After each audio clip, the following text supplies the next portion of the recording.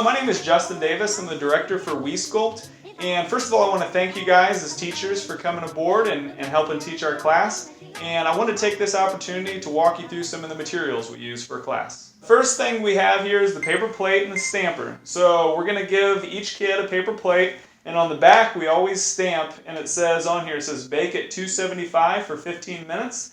And that just gives the parents the instructions for how to bake it when the kids take it home. So the next item you're going to need is the foil. So the beginning and the base of every one of our projects is foil. And you want to give a kid about 1.5 feet by 1.5 feet. So each kid gets a segment about this big.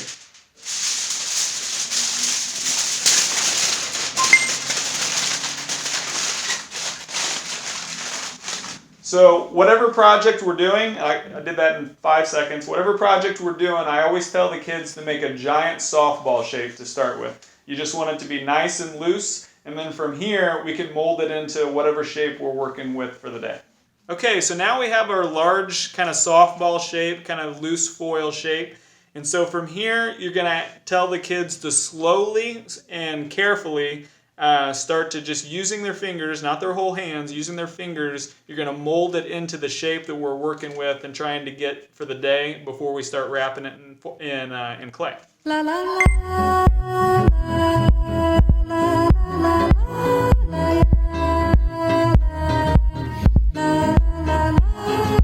Okay, so here is one of the first projects I ever made with a class. It's an ice cream cone, and then we put swirls up at the top and everything, but this is just the cone. But you see how I just gingerly kind of thought about what I was doing and started slowly pressing it into the shape we're going for. This will be tricky to do with the kids, but yeah, it's the first step in the process before we start obviously wrapping it in clay and everything. And then, so you'll get a lot of kids that are done with this before others. One thing you can tell the kids to do that are done first is to start to kind of lightly rub it against the plate, and that'll help to smooth out some of the crinkles you see here.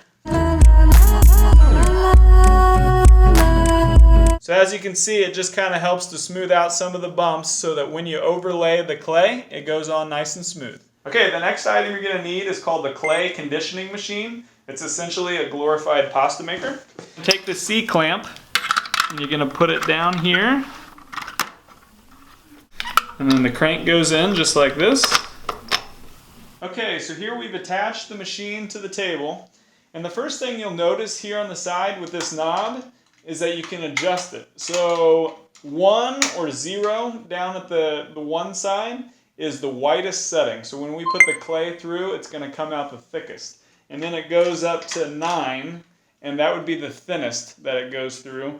What we want to do first is you'll get the clay in a bag like this, and then we have it cut especially like this at this precise thickness so that you can feed it through at the whitest setting. So you want to put it down to a 1 there, and then you want to feed it through just like this.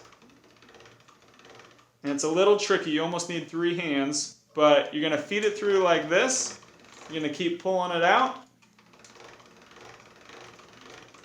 And this takes a little practice, but once you get used to it, it's pretty simple.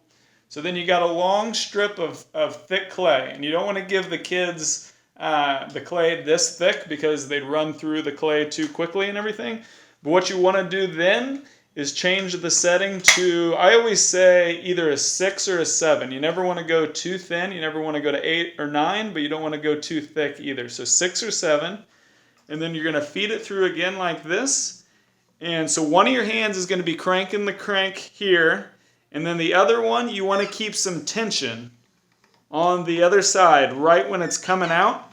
If you don't keep the tension over here, then you'll see it comes out kind of wavy. I don't know if you can see those waves. It just comes out not as smooth. So you want to keep tension with your left hand there, and you want to crank with your right. I always give the kids segments about this big just to start wrapping their foil. And then you can always obviously give them more later, but this is probably a good start. So that's how you're going to feed it through the machine, and how you're going to give it to the kids. And another thing you want to do between colors is you want to go ahead and clean off the machine. So you can get some of that excess yellow there off just by using your hand, but what then I always do is take a wipe as well.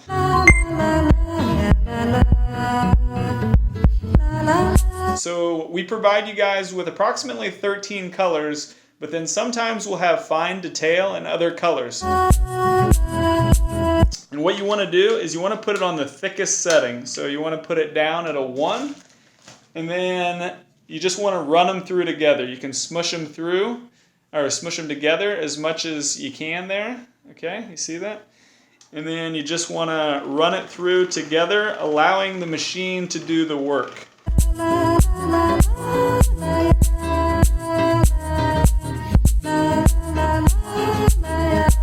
And then voila, you have nice light blue.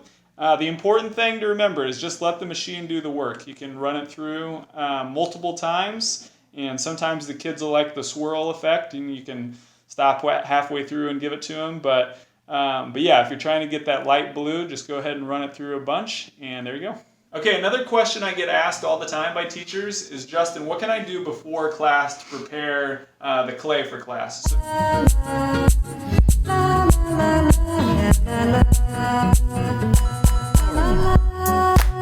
Okay, so here you have some of the prepared clay, and you can keep putting on layers and layers. The important thing to remember is the setting that you want to give to the kids is at about a 6 or a 7. That's about how thick you want the clay to be. So you can keep making layers like that. Just keep it covered up, and you can actually keep it for a day or two before it starts to dry out. So if you want to prepare for the next day or even a couple days ahead, feel free, and you have all your clay ready for the class. Okay, another important thing to note is that a lot of our projects call for sometimes 4 or 5 different colors of clay. You don't have to run every color through the machine. So if one project just calls for yellow eyeballs, you can just kind of take it off the block here. You don't have to always feed it through the machine. That'll save you some time. Let the kid use the plate as kind of their table for the class. So a lot of times you'll have kids with different color clay, excess clay on their plate. You want to make sure that they're not combining the colors. Just keep them separate, and then collect the clay at the end of class, especially if it's a large amount of clay. You just want to make sure you conserve some of the clay so you have enough to get through a whole session. And then at the end of class, so you assume that this is the project here for the class, you want to make sure that the kid takes the whole plate with them. You don't want them to drop their project on the way out. That happens a lot of times. So what I always tell them to do is make a We Sculpt taco and hold on to it tight. Make sure they got their book bags already on and everything. And make sure that they don't drop it on the way out.